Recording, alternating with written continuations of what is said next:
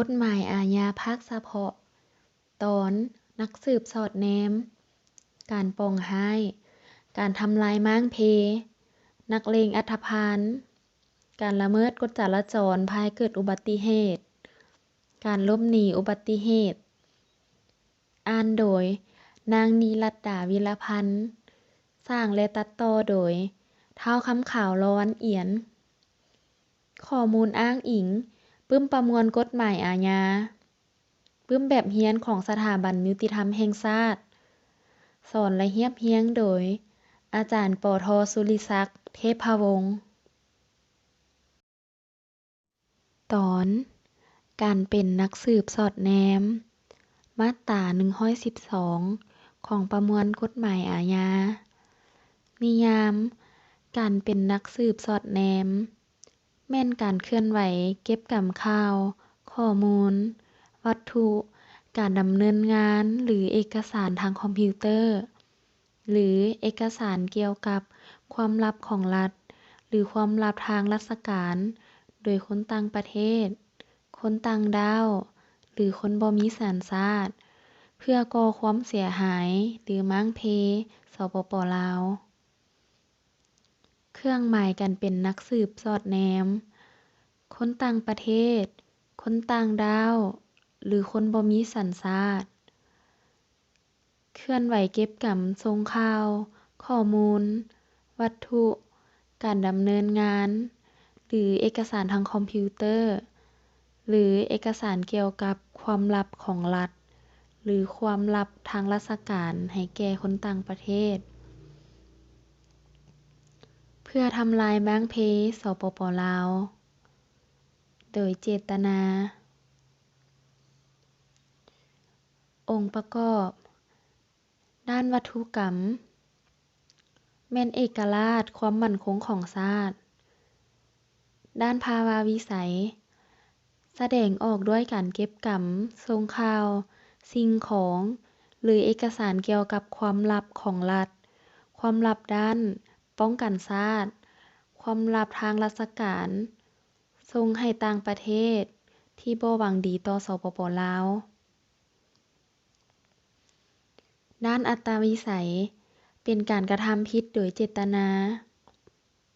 เจ้ากรรม เจ้ากรรมพิเศษ คนต่างประเทศ คนต่างดาว คนบ่มีสัญชาติ โทษของการเป็นนักสืบสอดแนม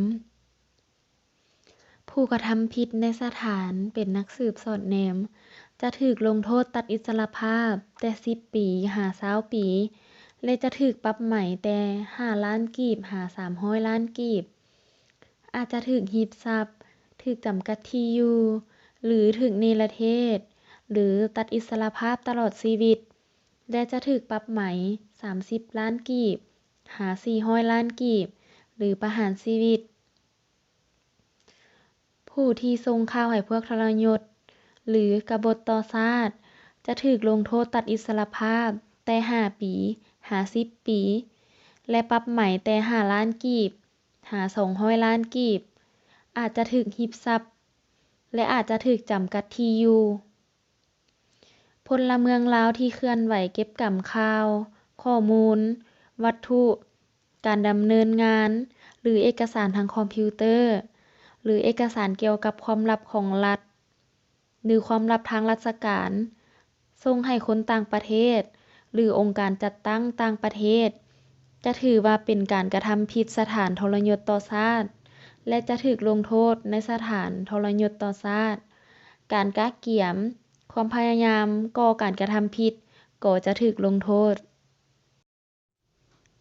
ตอนการปองร้าย มาตรา 114 ของประมวลกฎหมายอาญา นิยามการปองร้าย การปองร้ายแม่นการทำร้ายร่างกายท่านผู้นำของสปป.ลาว หรือผู้ต่างหน้าอำนาจแห่งรัฐ พนักงานหรือบุคคลอื่น ที่เคลื่อนไหวเวียกงานขององค์การรัฐ หรือองค์การจัดตั้งสังคม แน่ใส่ทำลายม้างเพแห่งรัฐ หรือเฮ็ดอำนาจแห่งรัฐอ่อนเพลีย หรือทำร้ายร่างกายผู้นำ ผู้ต่างหน้ารัฐต่างประเทศ หรือองค์การจัดตั้งสากล สมาชิกครอบครัวคณะติดตามที่มาเยี่ยมยามหรือเฮ็ดเวียกอยู่สปป.ลาวแน่ใส่แบ่งแยกทำลายสายพัวพันระหว่างชาติหรือก่อให้เกิดสงครามองค์ประกอบการปองร้าย 1. ด้านวัตถุกรรมอำนาจแห่งรัฐพื้นฐานการเมืองสุขภาพหรือชีวิตผู้ถูกปองร้าย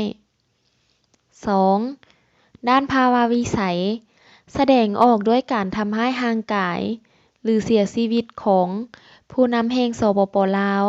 ผู้ต่างหน้าอำนาจแห่งรัฐที่เคลื่อนไหวเวียกงานของรัฐหรือของสังคมผู้นำหรือผู้ต่างหน้ารัฐต่างประเทศหรือองค์การจัดตั้งสากลสมาชิกครอบครัวคณะติดตามที่มาเยี่ยมยามหรือเฮ็ดเวียกอยู่สปป.ลาว 3. ด้านอัตวิสัยเป็นการกระทำผิดโดยเจตนา 4. ด้านเจ้ากรรมเจ้ากรรมทั่วไป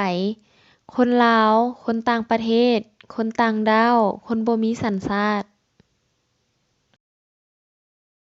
โทษของการปองร้ายผู้ทำร้ายร่างกายผู้นำของสปป.ลาวจะถูกลงโทษตัดอิสรภาพแต่10 ปีหา20 ปีปรับใหม่แต่10 ล้านกีบหา150 ล้านกีบกรณีเฮ็ดให้เสียชีวิตจะถูกลงโทษตัดอิสรภาพตลอดชีวิตและถูกปรับใหม่แต่150 ล้านกีบหา 1,000 ล้านกีบหรือประหารชีวิตทำร้ายร่างกายผู้ต่างหน้าอำนาจแห่งรัฐพนักงาน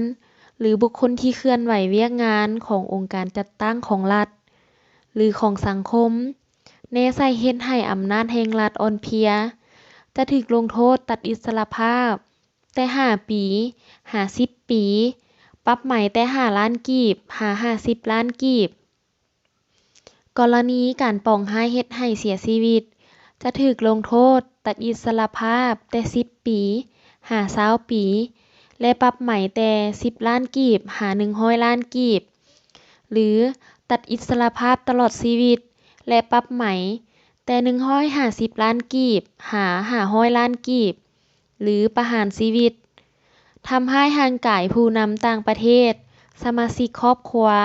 คณะติดตามผู้ต่างหน้าของรัฐต่างประเทศขององค์การจัดตั้งสากลหรือสมาชิกครอบครัวที่มาเยี่ยมยามหรือเฮ็ดเวียกอยู่สปป.ลาวแน่ใส่แบ่งแยกทำลายสายพัวพันระหว่างชาติหรือก่อให้เกิดสงครามจะถูกลงโทษตัดอิสรภาพแต่5 ปีหา10 ปีและปรับใหม่แต่10 ล้านกีบหา150 ล้านกีบกรณีเฮ็ดให้เสียชีวิตจะถูกลงโทษตัดอิสรภาพตลอดชีวิตและปรับใหม่แต่150 ล้านกีบหา 1,000 ล้านกีบหรือประหารชีวิตอาจจะถูกริบทรัพย์และอาจจะถูกกำจัดที่อยู่การกะเกี่ยมความพยายามก่อการกระทำผิดก็จะถูกลงโทษตอนการทำลายม้างเพมาตรา15ของประมวลกฎหมายอาญานิยามการทำลายม้างเพการทำลายม้างเพแม่นการจุดเผาม้างเพทำลายโรงจักรโรงงานสำนักงานองค์การเส้นทางพาหนะคมนาคมขนส่งพาหนะสื่อสารพื้นฐานเศรษฐกิจอื่นที่สำคัญเพื่อแน่ใส่เฮ็ดให้รัฐอ่อนเพลียและเศรษฐกิจแห่งรัฐทรุดโทรมหรือได้หว่านยาพิษสารเคมีหรือปล่อยเชื้อพยาธิใส่หมู่คนหรือฝูงสัตว์เครื่องหมายการทำลายม้างเพการจูดเผาทำลายม้างเพสำนักงานองค์การโรงจักรโรงงานหรือพื้นฐานเศรษฐกิจแห่งชาติหว่านยาพิษสารเคมีหรือปล่อยเชื้อพยาธิใส่หมู่คนหรือฝูงสัตว์แน่ใส่เฮ็ดให้รัฐอ่อนเพลียเศรษฐกิจชาติทรุดโทรมโดยเจตนาองค์ประกอบการทำลายม้างเพ 1. ด้านวัตถุกรรม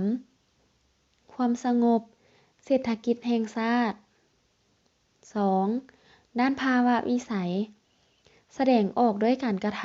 ำจูด เผา ม้างเพโรงจักรโรงงาน เครื่องจักร สถานที่สาธารณะ ปูชนียฐาน พาหนะอุปกรณ์การผลิต ขัว เส้นทาง พาหนะคมนาคมขนส่ง ผลิตภัณฑ์กสิกรรม อุตสาหกรรมการค้าการลงทุน